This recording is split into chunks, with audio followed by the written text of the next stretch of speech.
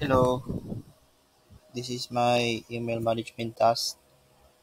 So first task is how to make label. During this discussion, at the same time gumawa na ako ng labels. So my labels is MBA portfolio. And sa loob po ng MBA portfolio na label ko, meron pong folder na email management tsaka task sa email management. Tinransfer ko po yung mga email na about or significant about MBA online.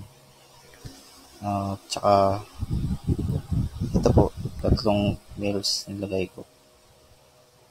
And second po, about the stars. So, how to use stars. So, pwedeng gumamit ng 1 star, 4 star. Pero ako, 4 stars po yung ginamit ko.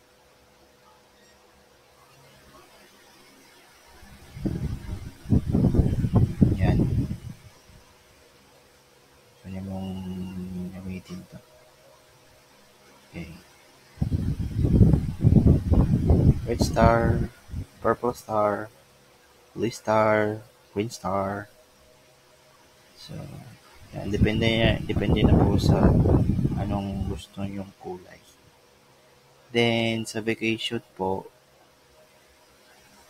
vacation response. Punta po ako sa settings or see all settings. Drag pababa.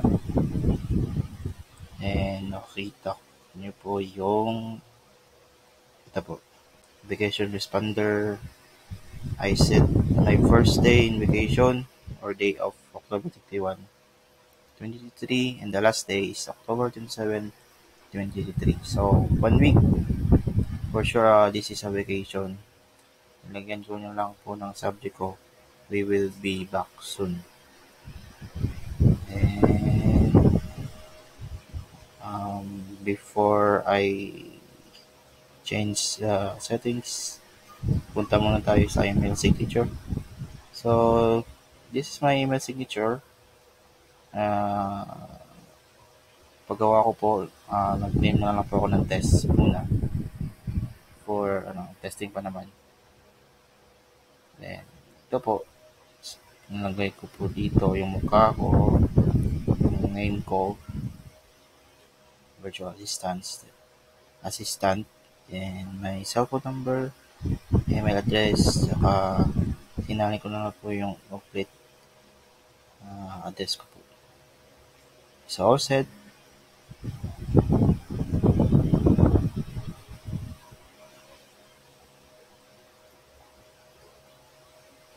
Okay.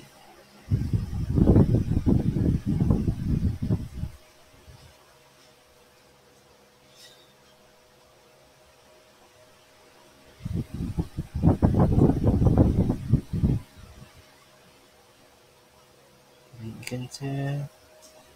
Balik ka. Then,